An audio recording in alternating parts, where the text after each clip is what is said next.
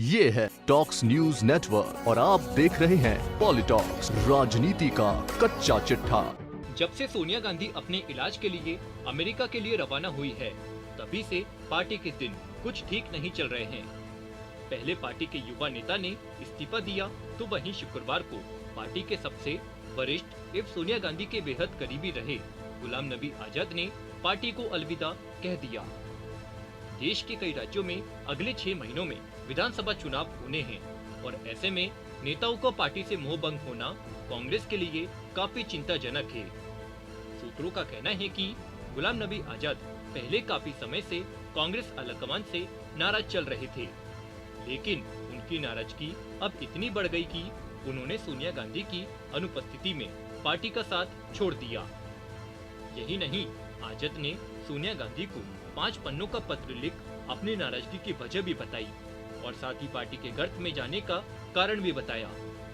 इस दौरान गुलाम नबी आजाद ने कांग्रेस के पूर्व अध्यक्ष राहुल गांधी पर भी जमकर अपनी भड़ास निकाली। आजाद ने कहा कि जब से राहुल गांधी को आपने पार्टी का उपाध्यक्ष बनाया, तब से राहुल ने पार्टी में चली आ रही सलाह के मैकेनिज्म को तबाह कर दिया। दुर्भाग्य से पिछले 8 वर्षों में नेतृत्व ने एक गैर गंभीर व्यक्ति को पार्टी के शीर्ष पर थोपने की कोशिश की है कि कांग्रेस ने भारत के सही के लिए लड़ने के लिए एआईसीसी चलाने वाली मंडली के संरक्षण में इच्छा शक्ति और क्षमता दोनों खो दी है। आपको बता दें, भारतीय राजनीति के दिग्गज नेताओं में शुमार जिनकी पक्ष और विपक्ष तारीफ करते नहीं थकता, आज वो गुलाम नबी आजाद कांग्रेस पार्टी से आजाद हो गए हैं। गुलाम नबी आजाद ने शुक्रवार को पार्टी के सभी पदों और सदस्यता से इस्तीफा दे दिया। आजाद की ओर से पार्टी की अंतरिम अध्यक्ष सोनिया गांधी को भेजे अपने 5 पन्ने के इस्तीफे में 7 किरदार और 4 हालत है। अपने इस पत्र में गुलाम नबी आजाद ने जिस पर सबसे ज्यादा निशाना साधा है, वह है राहुल गांधी। यही नहीं, आजाद ने कांग्रेस अध्यक्ष सोनिया गांधी के पक्ष में कसीदे भी पढ़े। गुलाम नबी आजाद ने अपने पत्र में लिखा कि मैंने अपने व्यवसायिक जीवन का हर कामकाजी क्षण भारतीय राष्ट्रीय कांग्रेस की सेवा में खर्च किया है। निसंदेह भारतीय राष्ट्रीय कांग्रेस के अध्यक्ष के रूप में आपने यूपीए 1 और यूपीए 2 दोनों सरकारों के गठन में एक महत्वपूर्ण भूमिका निभाई। हालांकि इस सफलता का एक प्रमुख कारण यह था कि अध्यक्ष के रूप में आपने वरिष्ठ नेताओं के बुद्धिमान परामर्श पर ध्यान देने के अलावा उनके निर्णय पर भरोसा करने और उन्हें शक्तियां सौंपने का काम किया।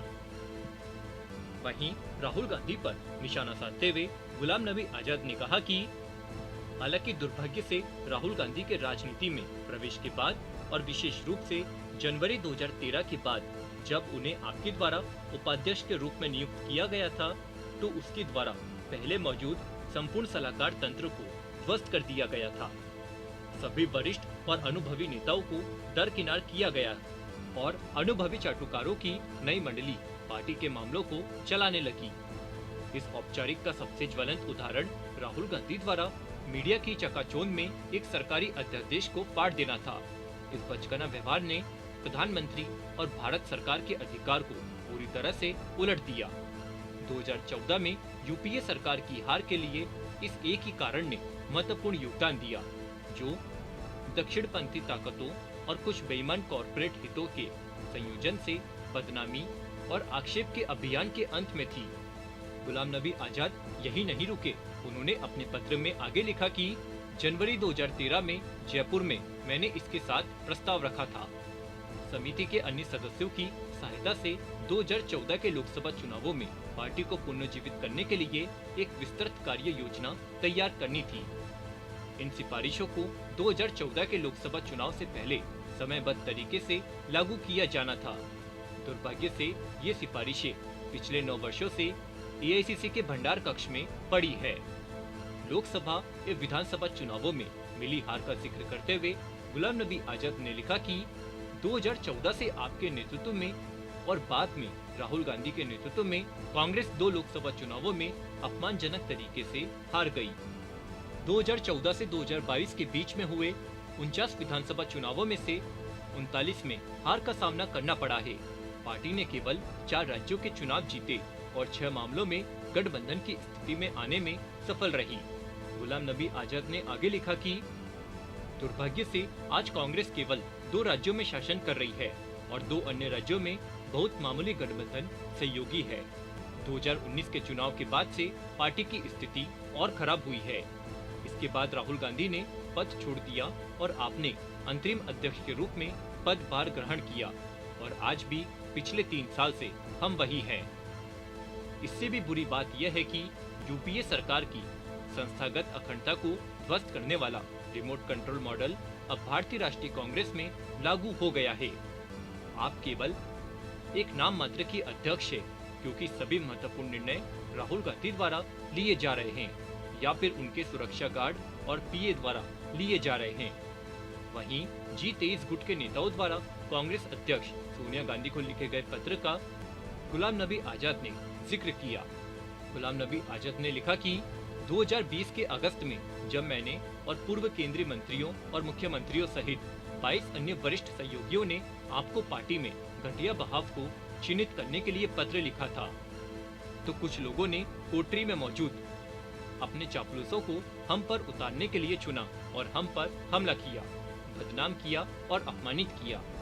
पार्टी के लिए चिंता के कारण उस पत्र को लिखने वाले 23 वरिष्ठ नेताओं द्वारा किया गया एकमात्र अपराध यह है कि उन्होंने पार्टी की कमजोरियों के कारणों और उसके उपचार दोनों को इंगित किया।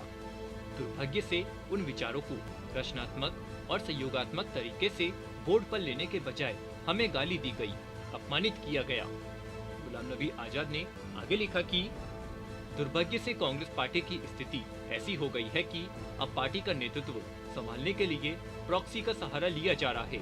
यह प्रयोग विफल होने के लिए अभिशप्त है, क्योंकि पार्टी इतनी व्यापक रूप से नष्ट हो गई है कि स्थिति अपूरणीय हो गई है।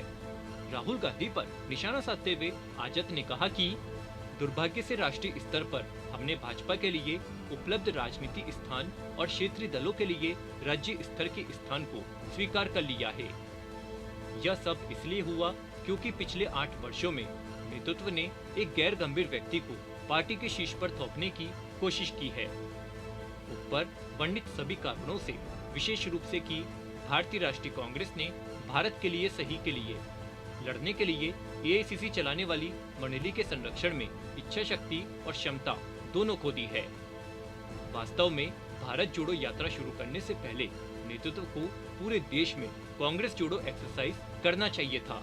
इसलिए बड़े खेद और अत्यंत भावुक हृदय के साथ मैंने भारतीय राष्ट्रीय कांग्रेस से अपना आधा शताब्दी पुराना नाता तोड़ने का फैसला किया है। इसके द्वारा भारतीय राष्ट्रीय कांग्रेस की प्राथमिक सदस्यता सहित अपने सभी पदों से इस्तीफा दे दिया है। पॉलिटॉक्स ब्यूरो, दिल्ली। ये है टॉक्स न्यूज नेटवर्क और आप देख रहे हैं पॉलिटॉक्स, राजनीति का कच्चा चिट्ठा।